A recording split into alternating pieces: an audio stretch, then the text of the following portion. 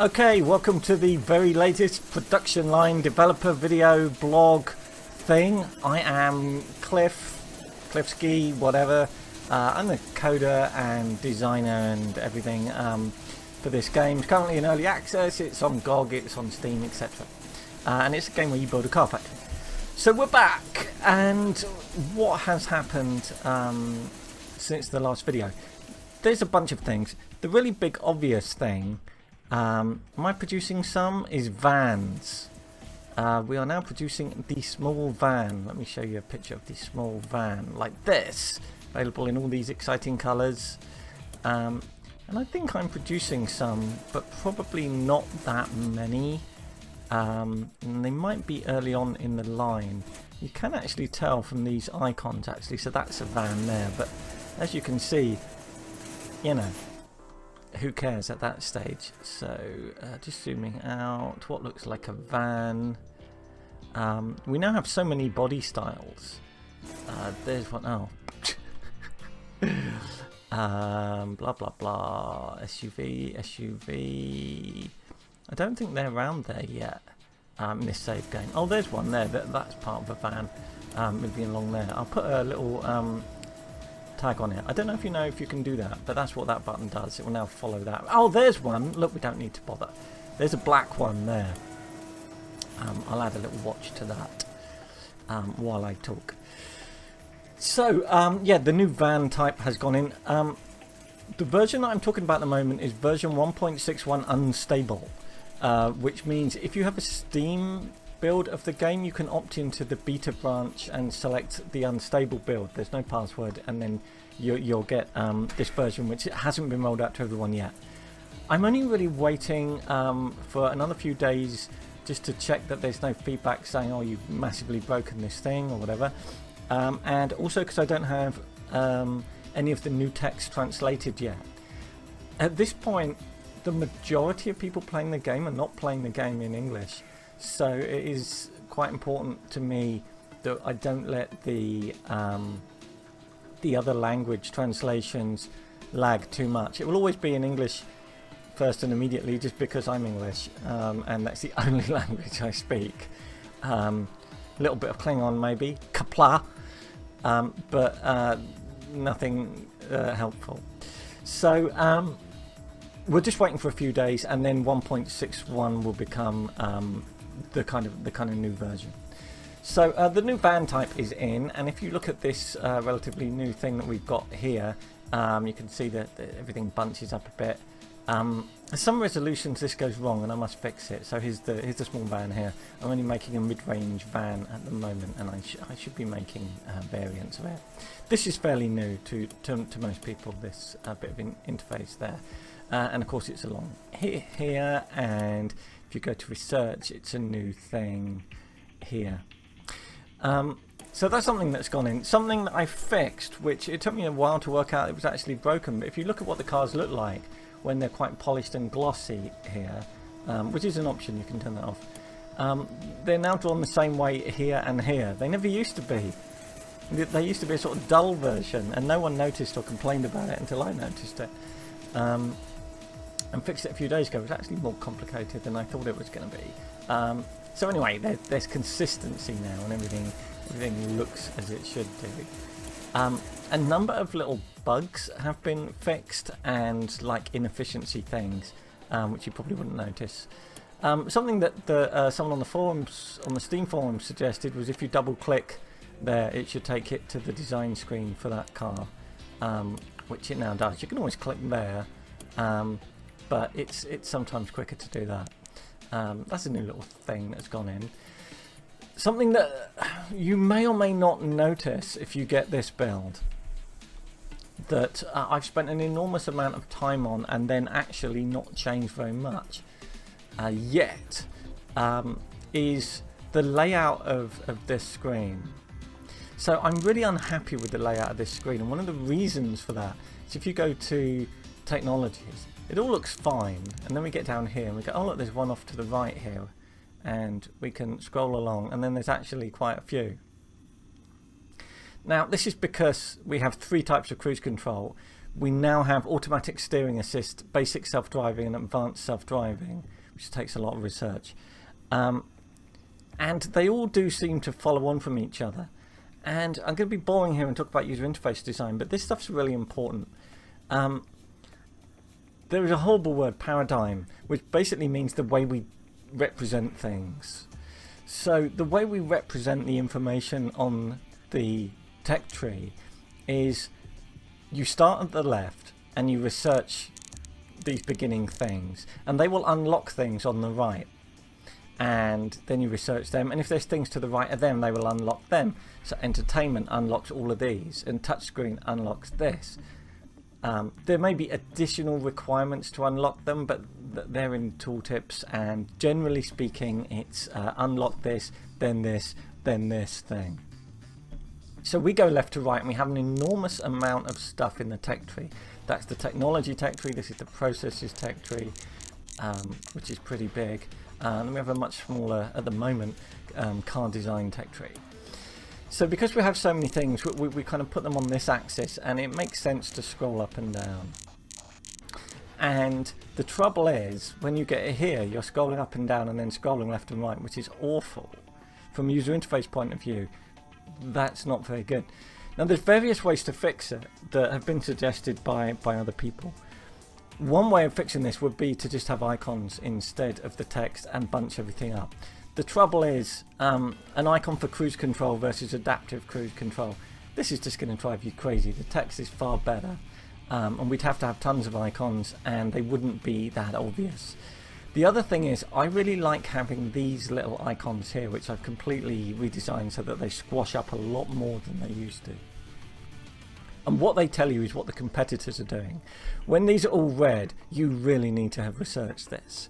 When they're kind of yellow, then it's like you need to be working on it. When they're green, it's just like, okay, we need to bear in mind that at the high end, the competitors have started researching this stuff. So they're a very good guide to what the AI is doing. Now that information is somewhere else. Oh, we're still following our little car around. Still haven't got wheels yet, but getting there. That information is in other places. If we go to it's features, isn't it, which I moved here. You can see this information here, but tying that through to the technology is a little bit kind of oblique, maybe. So I think that having those icons is valuable. And if we're going to have text and we're going to have icons, it puts a kind of limit on how much I can crop these. Because this is in English, which is quite a compact language. German is a very spread out language. Now we could make the text smaller, but some people already say that the text is a little bit small. And this problem gets worse if you have a small monitor. Basically, there are three groups of people who play this game. There are people with enormous monitors like I've got. Then there are people who have like normal sized monitors, which are 1920 1080, which is what I'm playing at the moment here. And then you have people who play on laptops, and if they play on laptops, it's probably a 1280 screen or a 1366 screen, and it's very narrow. I then bunch things up a little bit more, but not too much. So I don't think I can bunch things up much more. So what is the solution to this if it is a real problem? Now there's no magical law that says that because we go along, we have to keep doing that. I could start going down here. These lines would still link, but I really don't like that. I think that would be confusing. I think people would go, why has it suddenly gone down here? And the thing is, on a really small screen, you've probably only got 3 of these things, and there may be solutions, there may be situations then when there's no room to go down. Like if we can only display like this much here, I can't move that one down, or I could and then bump those down more. It's a pain. What another solution would be to allow you to zoom in and out. I have not tried that yet, because it involves quite a lot of work, but maybe I will. Something else that I tried was colouring all of this stuff, because currently green means you've researched it, white means you haven't, red means you can't. And I tried doing some colouring here, because you'll notice that especially on the process stuff, like paint specializations, all the paint tech, paint kind of has a colour, if we look here, you can see all of the paint stuff has this green colour. If we zoom out, I'll just kill that for a minute. You can see that's all the green. There is the paint. So we could tie that through, and I tried that, but it looked really ugly and messy and a bit over the top. I tried replacing the background with different colours. Anyway, what I'm getting at is, you know, I would like to hear feedback from players, as I always want to. I'm just going to add some text there so you can see what it looks like. As to what do you think of the tech tree? Do you find the tech tree really messy? Do you find it too big anyway, or would you be happy for me to add new text, which I would love to add?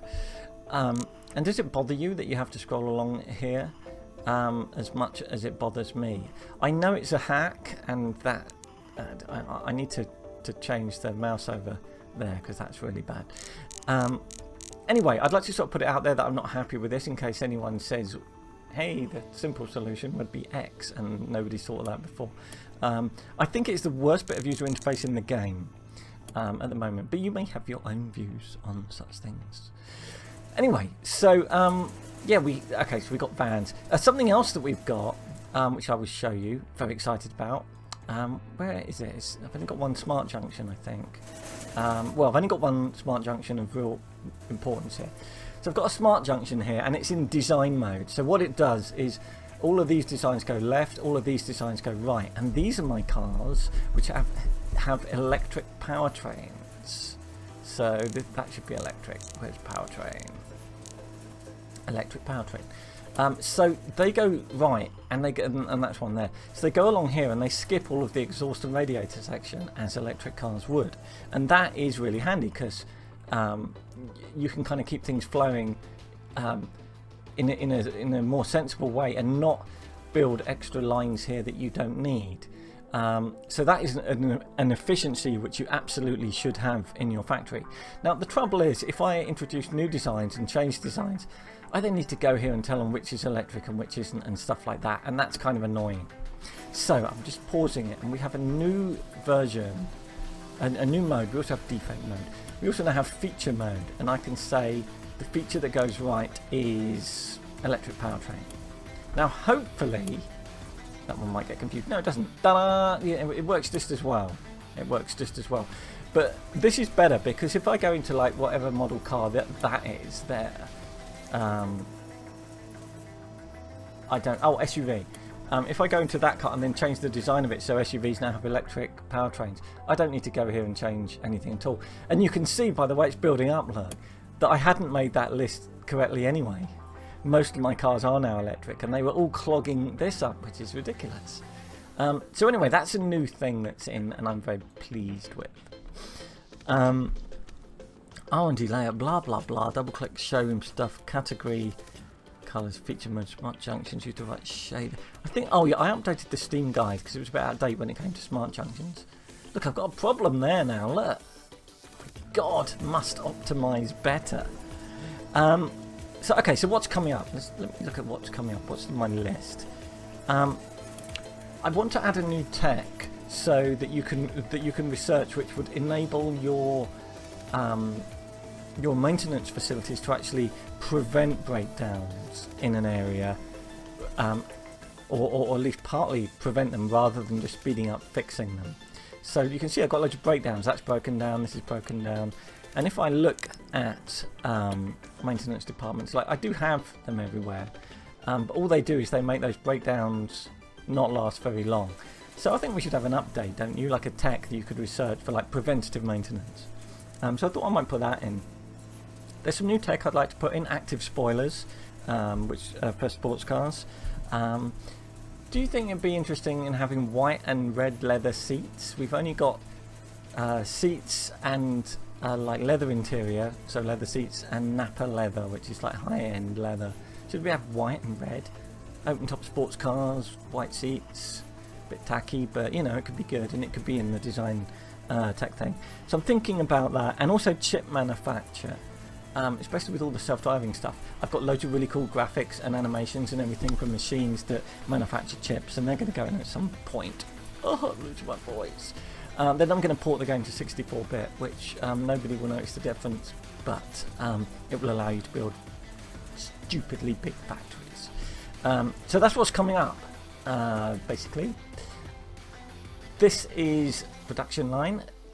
Like I say, it will get updated probably during the week to 1.61. Whenever there's an update, we have that vote on the main menu, where you can choose the priorities, which we always sort of read and pay attention to and everything like that. If you've got any thoughts on anything I've said in this video or anything you think should be in the game, post a comment on this YouTube video, as they all get read by me, believe it or not. And if you want to always know when these videos are done, they're pretty much every Sunday. But you know, if you like this video and subscribe to the channel, that would be cool. But the best possible thing you can do is, of course, to buy the game, either on Steam or GOG or direct from us, where we get most of the money. If you do that, you still get a Steam key. And if you do like the game, please leave us a review on Steam. That's much appreciated.